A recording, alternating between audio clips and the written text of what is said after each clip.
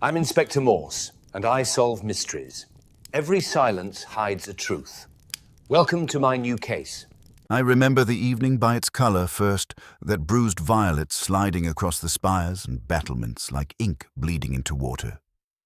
October had a way of making Oxford seem older than its stones, and older than me too. I had been at the hospital that morning for tests whose meaning I had not yet decided to face. By dusk, I was at a corner table in a low-lit pub off Holywell Street, half hidden behind the latticework of leaded glass, staring at a crossword that refused to give up its final answer. Bark without a dog. 2 words. The kind of clue that pretends to be obvious until it turns sly and begins to mock you. I poured the first whiskey as a sort of exorcism. The porter from St. Ethelreda's had passed earlier, humming what might have been a hymn, his coat smelling faintly of rain and brass polish. He had nodded at me with the wary respect of a man who keeps other people's keys and their secrets. Outside, bicycles clattered on cobbles slick with drizzle. Inside, my pencil hesitated above the square that waited for bark without a dog. In the retelling, I want to claim I sensed the case beginning then, in the clue. That would be neat. But the truth is I felt only a small tremor of unease, like an echo in an empty stairwell. I was thinking of my own mortality more than of crime. I had a second whiskey, turned the paper over, and tried not to listen to the conversation at the bar where 2 students argued softly about Eliot, misquoting him with the carelessness of youth. Later that night, at the edge of the college precinct, a woman rose from sleep to the sound of barking. She was Dr. Cressida Vale, widow of a once famous professor who had lectured on ethics and, less formally, on the uses of charm. She lived in a small cottage built when dons kept gardeners and their wives within reach. She owned no dog, yet the noise outside her window was insistent, urgent, as if something unseen were straining at an invisible leash. She went to the door, but saw only the silhouette of the quadrangle beyond, the lamps casting long corridors of shadow through the cloisters. On her hall table lay an unsigned note she would later show to the police. It quoted George Eliot almost correctly. Almost. I did not know any of this as it happened. I was still at my table, now tracing the grain of the wood with my thumb, trying to imagine a bark without a dog. I thought of tree bark stripped from its trunk, of a command barked without conviction, of the word stripped of its referent-like skin from bone. The kind of clue that tells you what is missing rather than what is present. I wrote down one guess, crossed it out, wrote another. The puzzle stared back blankly. When I finally stepped outside, the rain had grown fine and steady, like a net of mist thrown over the city. The porter's hymn drifted faintly from some unseen corridor. A bell tolled 9. I walked slowly along the perimeter wall of St. Ethelreda's, my footsteps muffled by damp leaves. Through the iron gate, I glimpsed a light still burning in a cottage window. The silhouette of a woman moved inside, pausing as if listening. Then the curtain fell back into place. In memory, it seems I should have stopped, knocked, asked if all was well.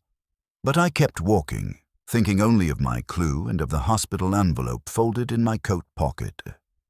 Bark without a dog. I wondered if the clue meant absence disguised as presence, or presence disguised as absence. That kind of riddle. A gust of wind brought the smell of wet stone and fallen apples from the old orchard.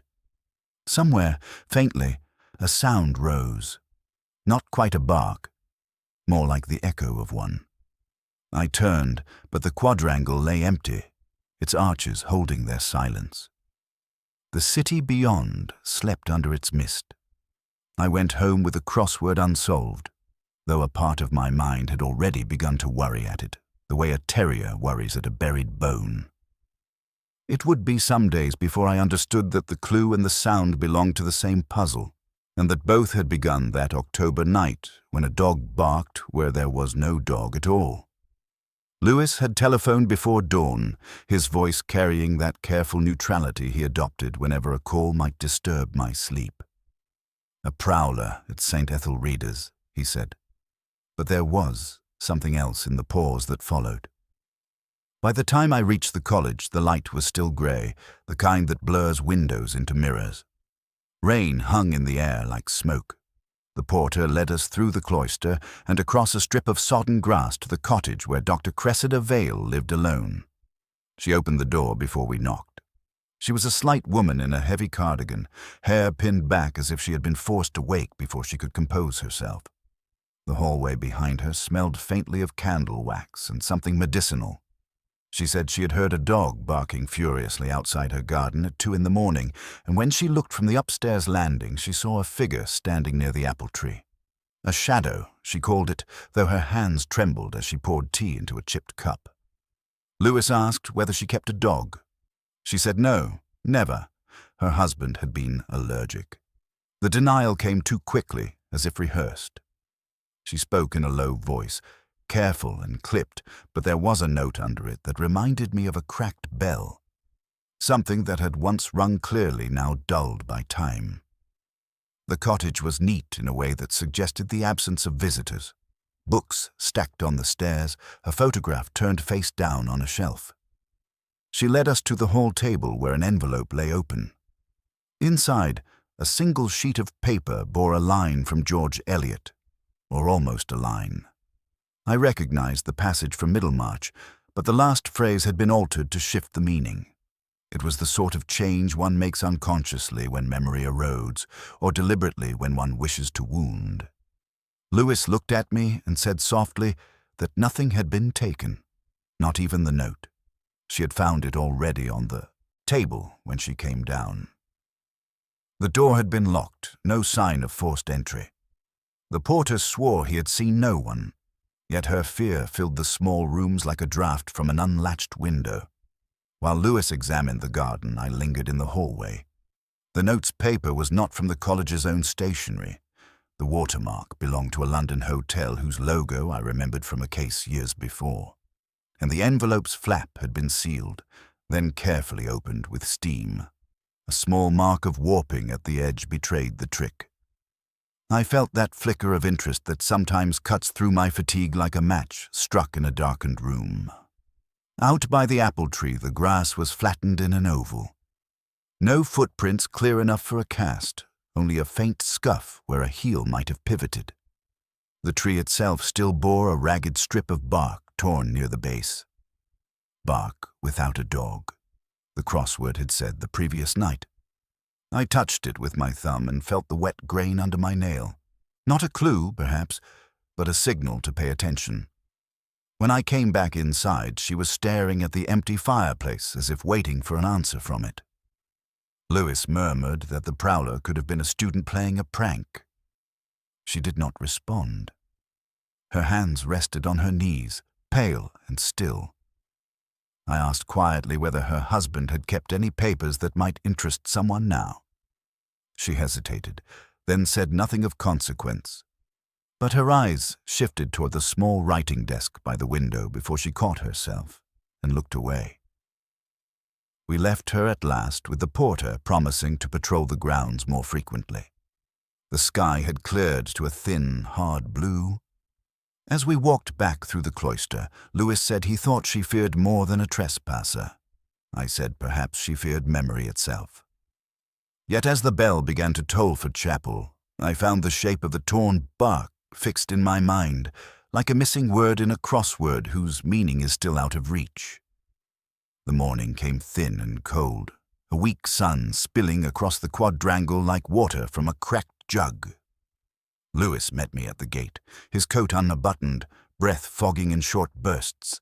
He said the gardeners had found something odd in the chapel cloister, a patch of earth that refused to stay put. I followed him through corridors still smelling of polish and damp hymn books, the echo of our steps ricocheting off stone as though the building were rehearsing some private litany. The cloister garden was a narrow rectangle of grass, threaded with old paving, a place of benches and reluctant roses where the choir boys sometimes smoked behind the yews. A spade leaned against the wall. At our feet lay a shallow hole, earth piled on a tarpaulin like dark crumbs. The gardeners had retreated to a respectful distance, their expressions those of men who prefer weeds to mysteries. Within the hole sat a small lead box, dulled to a grey that matched the sky. It looked like something meant for keepsakes or poisons. Lewis crouched, gloved hands brushing soil from the lid. He asked if I wished to open it. I said nothing, only knelt beside him and felt the chill of the stone seep through my trousers. The lid lifted easily, as if the ground had been waiting to yield. Inside lay a single folded page, its edges brittle, the ink browned to the color of tea. Written in a precise hand, the text ran in botanical Latin, species names strung together like an incantation. I knew enough of the language to see it was not a catalogue, but a code. Certain plants repeated in a pattern, deadly nightshade, foxglove, yew, each followed by numbers that could have been dates or coordinates. The page ended abruptly with a name written once, then scored through so firmly the paper tore. Lewis muttered that it must be some old student prank, a herbarium note buried for a dare. I heard myself agree, but felt the lie sit heavy on my tongue. The handwriting on the page was unmistakable. Years ago, in another case whose details still woke me at night, I had read letters in this same angular script, each flourish an echo of its author's vanity. The man was dead now, officially, and yet his hand surfaced here like a drowned thing rising from silt. I slipped the page back into the box, careful not to show the tremor in my fingers. Lewis asked what I made of it. I said only that we should send it for analysis, but not yet. Some details are like wine that needs breathing. They reveal themselves slowly, and only to one knows. He gave me a puzzled glance, shrugged, and began speaking with the head gardener about who had access to the cloister at night. While they talked, I wandered to the edge of the grass where a faint track marked the stones. A barrow wheel, or perhaps a man's repeated pacing. Near the bench lay a scatter of seeds, crushed but still fragrant. Yew seeds. The same plant listed first on the coded page. Not a prank then, but a message left in plain sight for whoever cared to stoop. A bell tolled for morning prayers, low and patient. The sound moved through the cloister like a slow tide. Lewis looked back at me, expecting an opinion. I told him to seal the box and keep it locked in evidence until further notice. He raised an eyebrow but obeyed. I could feel his questions waiting, but the words stayed behind his teeth. As we left the cloister, I kept my eyes on the ground, noting how the grass near the chapel door grew in irregular tufts, as though something had been buried and removed many times over. The air smelled of wet earth and incense. I thought of the crossed-out name, the plants that kill as quietly as they heal, and of a man who had once told me that Oxford forgets nothing, it merely hides its memory beneath another layer of stone. Oxford had folded itself into a damp hush by the time Lewis and I began the slow circuit of interviews. Rain trembled in the gutters like thin mercury. Inside the college the air smelled of wet wool, ink, and the faintly sour odor of extinguished candles. It was the sort of day when everyone's voice falls to a murmur, as though conspiracies become audible if spoken too loudly. We started with Professor Julian Greaves. He received us in rooms lined with cracked quartos of Shakespeare, the windows filmed with condensation so thick the quadrangle beyond might have been a painting left out in the rain. He poured wine for himself, not offering any, and explained with easy charm that he had been at a private club in Jericho that night, playing bridge for small stakes. He spoke of Macbeth as if it were a manual for the mismanaged conscience. His hand strayed to a pile of betting slips on the desk and withdrew it again quickly, a small retreat I filed away. He misquoted the porter's speech about knocking at the gate. Most would not notice. I did. Dr. Marianne Holt waited for us in the archive, a long gallery that smelled of iron keys and mildew, the light coming in pale through diamond-paned glass. She wore gloves and kept arranging papers even as she answered questions, her voice like a reed instrument, thin but steady. She said she had been working late on a donation catalogue and produced a signed-out ledger to prove it. Yet one entry bore her initials in 2 different inks. She mentioned the widow without prompting, adding a small detail about the barking dog with a faint, almost affectionate smile. Lewis asked if she knew Dr. Vale's husband well. She paused, then said only that she had catalogued his correspondence once. In her drawer lay a single letter sealed with green wax. I noticed her fingertips linger on it before she shut the drawer. We found Tobias Rigg in his lodge, a warm square of space smelling of polish, tobacco, and damp raincoats. A crossword lay half-completed beside the sign-in book. He greeted me with the old courtesy of a man who knows every door but never walks through one uninvited. He said he had been on his rounds at the time of the incident and pointed to his logbook with a thumb still faintly smudged with graphite. Yet the times he recorded did not quite coincide with the widow's call. He remarked on my crossword habit with a grin that did not reach his eyes, then quoted Eliot. But he used the altered phrase from the widow's note. A coincidence, perhaps. He folded his newspaper over it too quickly for me to see the clue he had been working.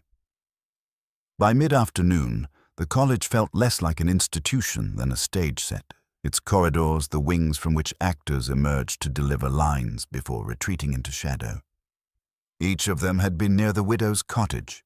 Each could plausibly be innocent. Each spoke with a polished irony that offered nothing to hold on to. I felt like a man listening to a choir singing in 3 different keys at once, each voice sincere, none in harmony. Lewis asked as we walked back through the cloister what I thought. I said nothing. The rain had eased to a mist, softening the outlines of stone and grass. My mind drifted to the torn diary page with its coded plants and the name scored out. Deadly nightshade, foxglove, yew. The progression of poisons read like a verse. In Greaves's misquote, Holt's double ink, Rigg's borrowed line, I sensed not random quirks, but echoes of something rehearsed long ago. A scandal, perhaps, not buried but composted into the soil of this place, still feeding new growth. We reached the porter's gate again. Rigg was back at his crossword, pencil hovering over a square. Bark without a dog. He tapped the clue as if it itched him. I watched him for a moment, then turned away before he looked up. Some answers must be arrived at in silence, or they slip through the fingers like rainwater off stone. Rain had settled into the stone like a second skin by the time I returned to the college library. The corridors leading to it were narrow and cool, lined with dark portraits whose eyes refused to follow me, yet never quite looked away. Inside, the air tasted of paper left too long in a drawer, faintly sweet and faintly dusty. A single lamp burned at the desk, its circle of light making a stage for the register in which every borrowed book was accounted for. I opened the ledger without purpose, or so it must have seemed to Lewis standing at the far end of the room. In truth, I've always believed the first clue in any crime hides in plain sight, unadvertised, waiting for an idle glance. The names unrolled down the page in a small parade of initials. One caught me. The same surname twice. 2 sets of initials, a fortnight apart. The same book. An obscure tract on medieval garden design. A small deception, perhaps, or a lazy clerk's error.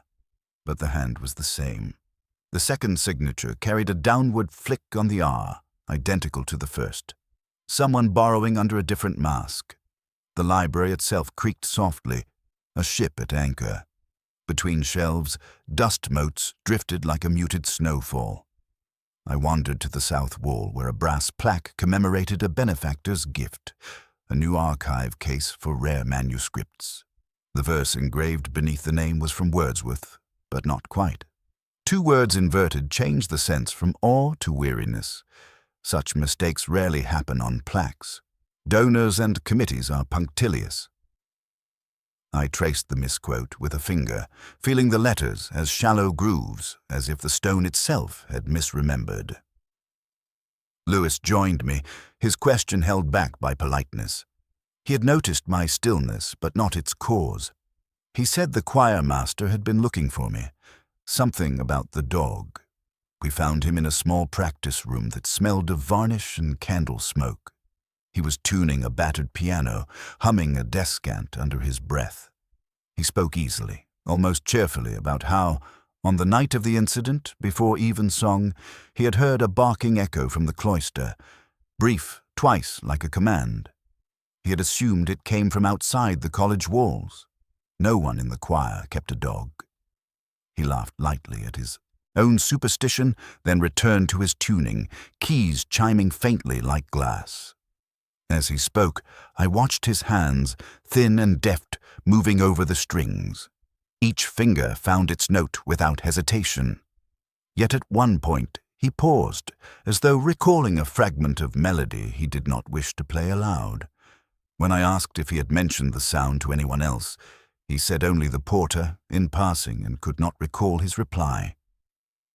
Walking back through the library, I felt the faint stirrings of a narrative. The altered plaque, the doubled signature, the choir master's unconsidered detail.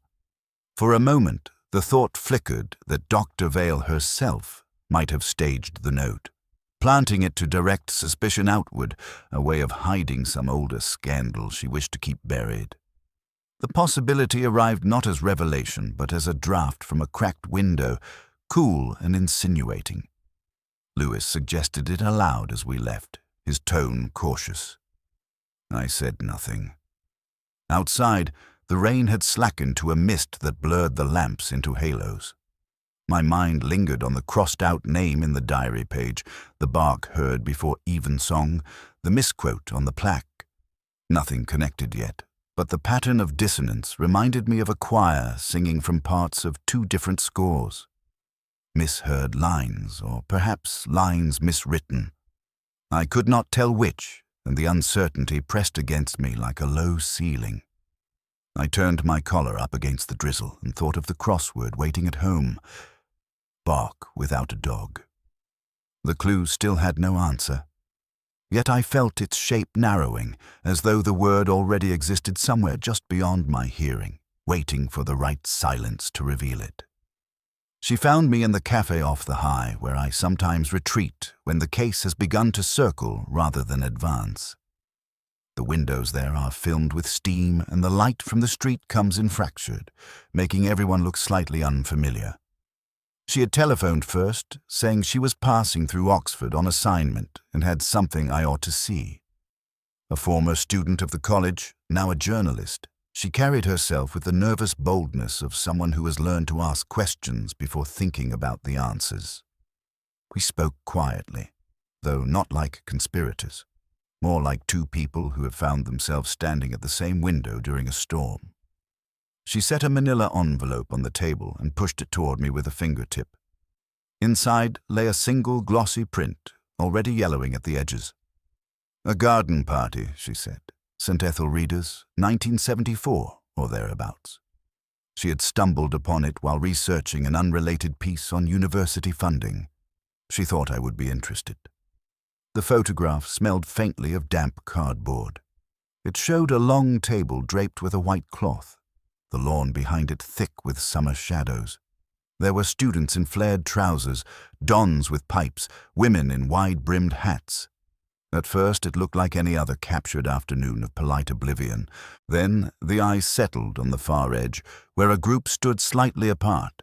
Greaves, Holt, Rigg younger and slimmer, and beside them Dr. Vale himself, laughing, one hand resting on the head of an Irish setter. The dog's coat glowed like a russet flame against the monochrome clothes. Around its neck, a leather collar bore a small brass tag etched with a Latin phrase. I knew it at once because I had already seen it in another form.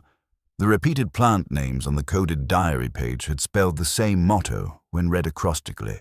Here, in this frozen moment from the past, the code had worn a collar and trotted between drinks like a household pet.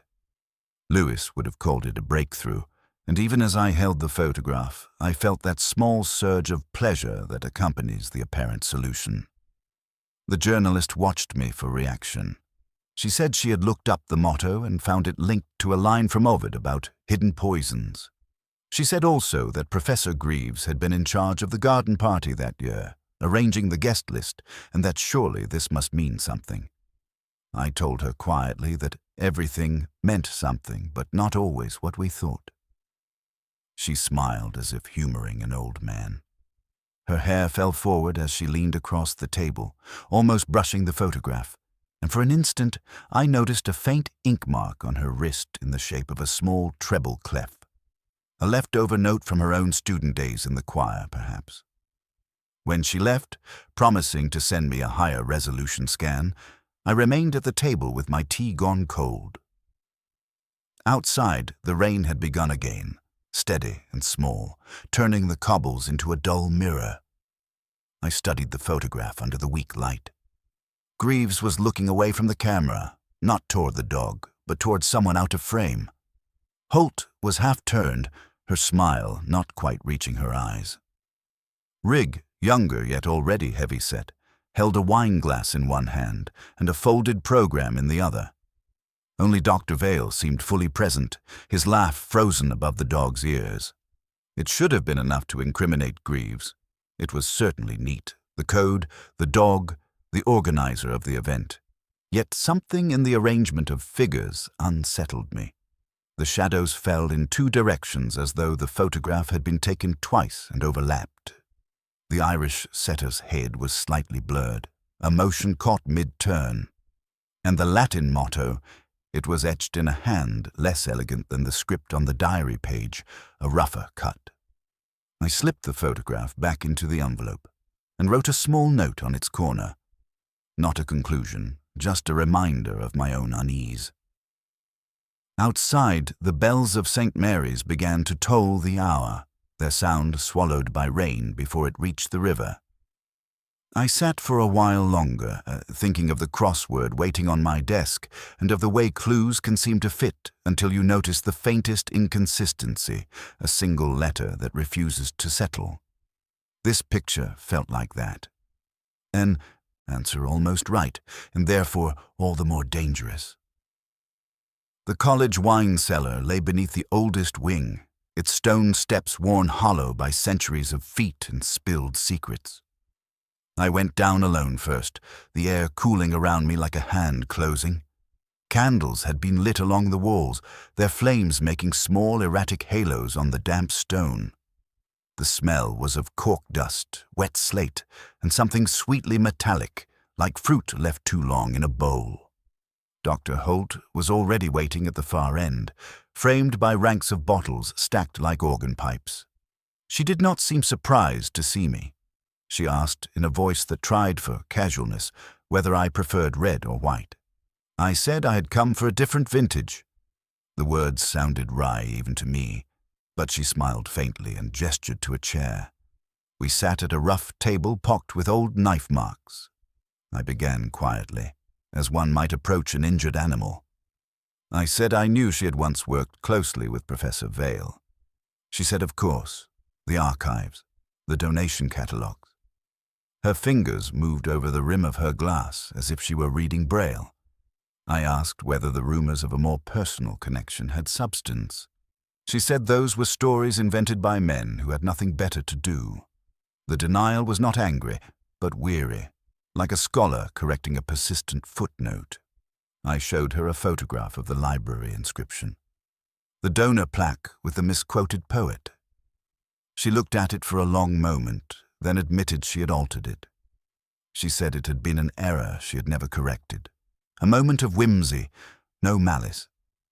She said she had no knowledge of any diary page. When she spoke the last sentence, her eyes shifted toward the candles and away from me. It was the sort of movement that does not register until later, like a misplayed note in a fugue. Above us, faint and blurred, the bells began to test their chords for vespers. In the cellar, their echo became a slow pulse. I asked if she had ever seen Dr. Vale's dog. She said yes, once, a beautiful creature, though the way she said it felt rehearsed. The candlelight caught the edge of her spectacles, turning them briefly into 2 coins. Lewis came down the steps then, his coat damp at the shoulders. He carried a slip of paper from the phone records. He said the widow's call reporting the barking had been logged at 2:07 a.m., but the porter's own entry about hearing the noise was at 2:11. An impossible overlap. She could not have known of the sound before he heard it unless she had staged it. His voice held a small triumph, as though we had cornered a fox. I took the paper and read the times twice. The ink had blurred slightly where someone's thumb had pressed too hard. I asked Lewis as if the clocks in the lodge had been checked against the telephone system. He hesitated, then said not yet. The fox slipped away. Dr. Holt watched us both, silent now, her hands folded. In the wavering light, she looked less like a suspect than like a witness in a play she had not agreed to join. I asked one last question, whether she still possessed any of Vale's letters. She said no, not a single one. Her voice almost broke on the word single. We left her in the cellar, the candles guttering as the bells began in earnest above. On the stairs, Lewis muttered that it had been a dead end. I said sometimes a dead end is just another corridor in disguise. My mind kept circling the overlap of times, the forged inscription, the faint flicker in Holt's eyes when she spoke of the diary. None of it resolved yet, but somewhere behind the noise, a quieter pattern waited, like a tune heard through a closed door. Outside, the evening smelt of damp ivy and incense leaking from the chapel. The first notes of the choir drifted out, a Latin hymn rising into the grey. I stood for a moment and listened. The voices blurred and separated, 1 or 2 phrases mispronounced, misheard lines again, always the same motif. The first bell for Lords had not yet sounded when Lewis's call reached me. His voice was subdued, the words measured. "The porter," he said, "found in the cloister." I dressed without switching on the lamp and walked through a city still blue with night. The cobbles glittered with dew, and the river smell carried up into the lanes like something forgotten. The cloister lay hushed beneath a bleached sky, its arches holding the last of the dawn mist. 2 gardeners stood off to one side, caps in their hands, their eyes fixed on the ground as if the stones might rise to accuse them. Rigg lay stretched near the disturbed patch where the lead box had been unearthed. His face was turned toward the chapel door, mouth slightly open, as though trying to form a word. Around his wrist, a leather leash coiled twice like a question mark. No dog attached. Lewis crouched beside him, murmuring that the college physician had called it a heart attack. He gestured to the lack of struggle, the absence of witnesses. I knelt too, though less to confirm than to listen. The morning smelled of wet stone, candle soot, and something faintly animal. Under the cuff of Rigg's coat a bruise was already flowering, the shape of fingers, not fate. I brushed a speck of soil from his palm and found the faint imprint of a key's wards, as though he had gripped it hard at the last. Above us, the chapel clock ticked a slow, indifferent beat. I asked Lewis who had found him. "A chorister on his way to practice," he said. The boy had thought at first the porter was sleeping. I could almost see the small figure standing in the mist, hymn book under one arm, staring at the collapsed body, uncertain whether to cross himself or run. The leash troubled me. Rigg had no dog. No one had seen a dog on the grounds for years, yet here was leather worn smooth by use, the brass clip polished. I turned it over and saw a faint engraving on the handle, the same Latin motto from the diary page, worn so thin it looked like veins in old skin. The clue settled into me with a chill rather than a jolt. When I stood, the college had already begun its quiet choreography of containment. A fellow hurried by with a sheaf of papers, nodding curtly. The bursar appeared at the edge of the cloister and withdrew without speaking. Curtains twitched at the upper windows. No one asked questions aloud. This was Oxford at its most practiced, closing ranks, sealing memory under stone as though it had never been disturbed. Lewis said we should release a statement about natural causes, at least until the coroner's report. I heard myself agree. In public, I would be dutiful. In private, I felt the net drawing in, though I still lacked the thread to pull it tight. My eyes returned to the patch of grass where the lead box had been dug up. The earth was darker there, not just damp, but worked, as though something else had been buried and lifted again. As we walked back toward the lodge, the choir's rehearsal began, a thin braid of voices threading through the arches. They sang a hymn I half remembered from childhood, but one line came out wrong. A word dropped, a syllable stretched, and the dissonance snagged my ear. Misheard lines again, always the same motif, yet now it felt less like coincidence than echo. Lewis asked quietly if I thought Rigg had been silenced. I said only that silence is a choice as well as an accident. He looked at me, puzzled, then scribbled a note in his book. We left the cloister just as the sun began to break through, striking the chapel windows into brief color. Behind us, the gardeners resumed their raking, smoothing away footprints that would never quite disappear. I carried with me the image of the leash wound round Rigg's wrist, like a secret tether to an animal long vanished, or to a past that refused to stay buried. The rain had followed me home like an uninvited guest. By the time I reached my flat, the stairwell smelt of damp coats and newspapers left too close to a leaking window. I hung my jacket on the back of the door and sat down at the table where the crossword still waited. The pencil lay diagonally across the page, a small accusatory gesture. Bark without a dog. It stared at me from the center of the grid, a single blank around which the other answers had formed like stones circling a hole. I poured a modest whiskey and let the glass warm between my palms. The day's images came back in pieces rather than sequence. Rigg's hand clenched round the leash, the misquoted Eliot line glimmering faintly on cheap paper. The brass collar mottled with age. The ledger entries signed twice by the same hand under two sets of initials. Each fragment had its own rhythm, but together they had refused to cohere, like a choir practicing without a conductor.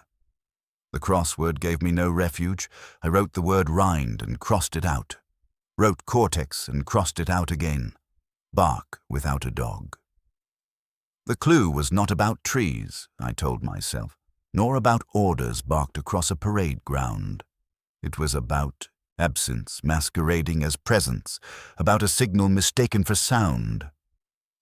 Outside, a bus hissed along the wet road, and for an instant its brakes produced a short, sharp squeal.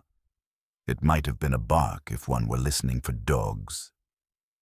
I thought again of the choir master's offhand recollection. 2 barks before evensong. Not 3, not a continuous noise. 2.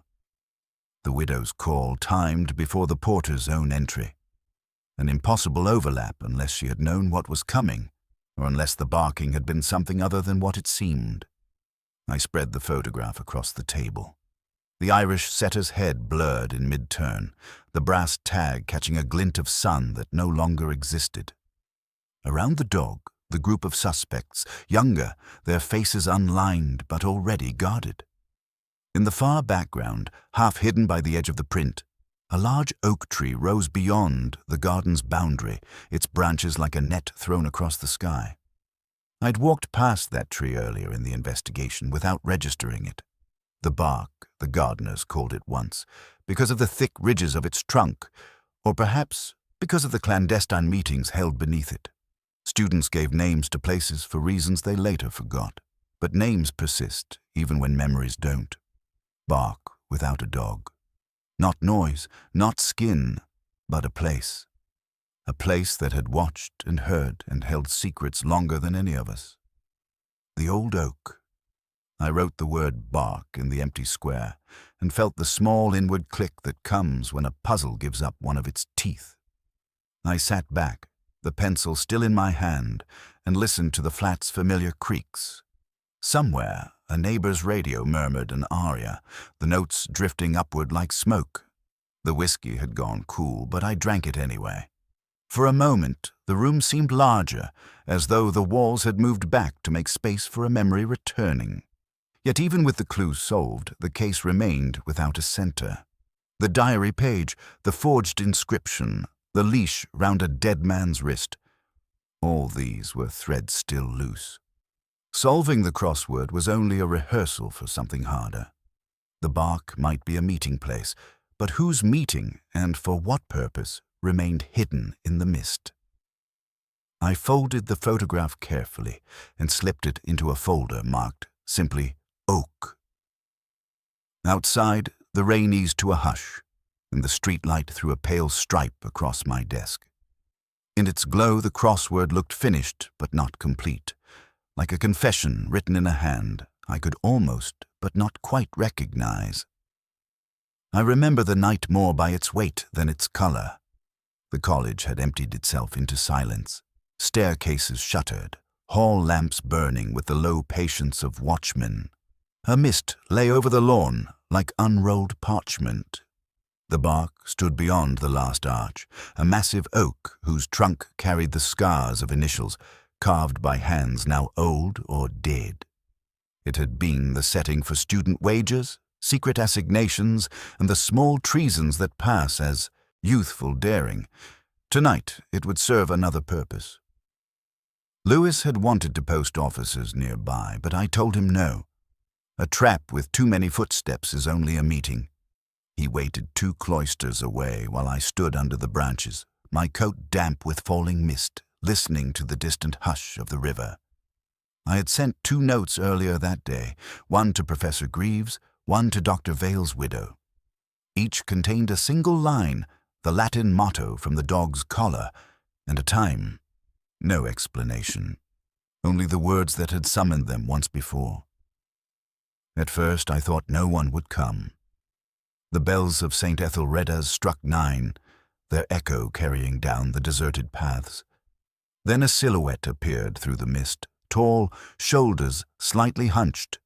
Greaves. He paused a few yards away, glancing about like an actor awaiting his cue. Moments later, a second figure approached from the opposite side, smaller, moving with a tentative determination. The widow. Neither greeted the other. They simply stopped under the tree's low limbs, 2 moths drawn back to the same dull flame. I stepped forward from the shadow, my voice measured. "This is where it began," I said. Not the barking, not the diary, but the silence. Greaves stiffened. The widow lowered her head as though the ground had tilted. I told them quietly what I had pieced together, that decades ago, after too much wine at a garden party, Greaves had pushed Dr. Vale during an argument beside this very tree. The Irish setter had been there, its bark sharp enough to wake the porters. That night, Vale's diary recorded the incident in code.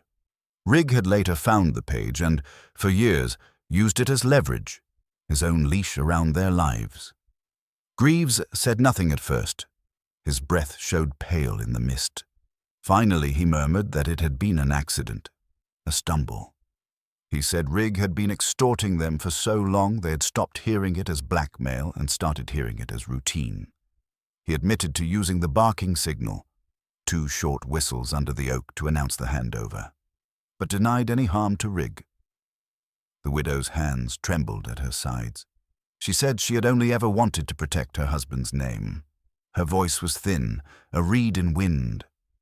While they spoke, I watched their gestures rather than their faces. Greaves's fingers kept reaching for his breast pocket where no flask now hid. The widow's eyes flicked once toward the chapel roof where a gargoyle crouched, its mouth open in silent laughter. Each movement confirmed more than the words did. I asked Greaves what he had done with the dog's collar after Vale's death. He said he had buried it near the cloister when the garden was being renovated, then could not resist digging it up again last month, when rumors surfaced of new investigations. He said Rigg had grown bolder, demanding more, threatening to release the diary page. He swore he had not touched him that night. The widow gave a short, dry sob that sounded more like a cough. Above us, the branches shifted, scattering droplets like quiet applause. I felt no satisfaction, only the weary sense of having opened a door onto another, darker corridor. Even with their confession, the final thread eluded me. Who had placed the leash on Rigg's wrist, who had turned blackmail into death? Lewis emerged from the mist then, his steps soft, his face unreadable. Greaves lowered his head. The widow folded her arms as though already cold. I signaled him to wait. Some truths must remain half-heard to be of use. The bells struck again, slower this time, each note carrying out across the meadow. I looked up at the oak, its bark ridged and dark, a living archive of secrets. The crossword at home now had its answer, but not its meaning. Bark without a dog. A place, a signal, and still an echo. Under that tree, with mist closing in and confessions whispered like bad lines from an old play, I understood only this: that knowledge does not absolve, it merely records. We sat in the small antechamber off the chapel, a room meant for choristers to store their robes and not for confessions. Its stone walls still held the damp of the night before. Candles guttered along a shelf, casting double shadows of everything. Greaves hunched on the bench opposite me, his shoulders no longer squared for the lecture hall but folded inward, like a play collapsing before its final act. The widow stood near the window, fingers pressed against the leaded glass, as though she might slip through it. Greaves spoke first, his voice a low rasp. He said it had been an accident, that Vale had stumbled, that he had tried to help him up. He said Rigg had used the diary page to squeeze them for years, and that the money had become a kind of penance, the barking signal a ritual they no longer questioned. His words came slowly, like stones tipped from a pocket one at a time. Yet even as he confessed, he kept reaching for his breast pocket, a phantom flask, and each time his hand fell back empty. I watched the widow rather than him, her posture held for a moment, then bent like a branch under its own ice. She said she had burned some letters, but not the diary page. She had buried it near the cloister, hoping the soil would silence it. She had done it to protect her husband's name, she said, but her voice faltered on protect, as though the word itself had turned brittle. Lewis leaned in the doorway, arms crossed, saying nothing. His eyes moved between them and me, the way one watches a chess match whose rules are only half known. The widow's breakdown was quiet, not theatrical. A tremor running through her hands, a short intake of breath. She said she had seen Greaves push Vale, but believed it would never surface if she kept the page hidden. She had joined in the payments to Rigg because she feared the truth more than the cost. Her words fell into the room like ash. I asked no questions for a time. Outside, the choir began to rehearse for evensong, their voices threading through stone.